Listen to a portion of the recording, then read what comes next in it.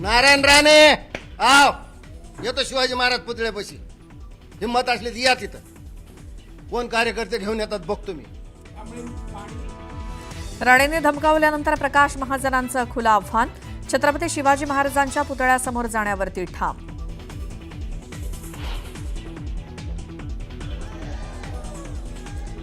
Mumbra railway दुर्घटनेविरोधात ठाण्यामध्ये मनसेचा धडक मोर्चा. वाढत्या लोकल अपघातांच्या निषेधार्थ मनसे आक्रमक. सरकारविरोधात तीव्र घोषणाबाजी. डोंबिवली रेल्वे स्थानकावर प्रवाशांची तुफान गर्दी. 10 ते 15 मिनिटं उशिरा आलेल्या एसी लोकलचं गर्दीमुळे दरवाजेही बंद होत नसल्याचं चित्र.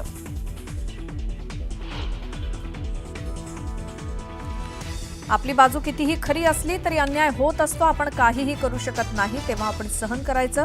सुप्रिया सुळेंच्या व्हॉट्सअप स्टेटसची जोरदार चर्चा. सुळेंचा नेमका रोख कुणाकडे? चर्चांना उधाण.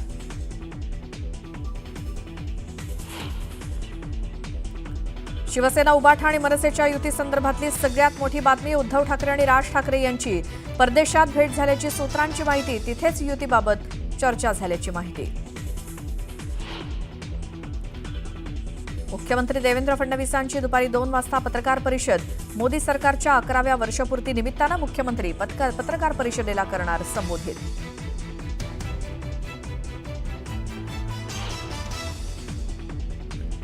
लाडकी बहीण योजनेतील लाभार्थ्यांच्या व्यापक छाननीचा मार्ग आता मोकळा. आयकर भरणाऱ्या बहिणींना 1500 रुपयांचा लाभ मिळणार नाही.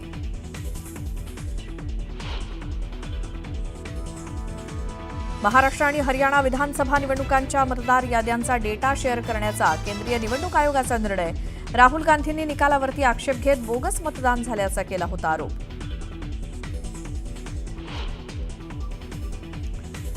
पंतप्रधान मोदी आज घेणार सर्वपक्षीय शिष्टमंडळाची भेट.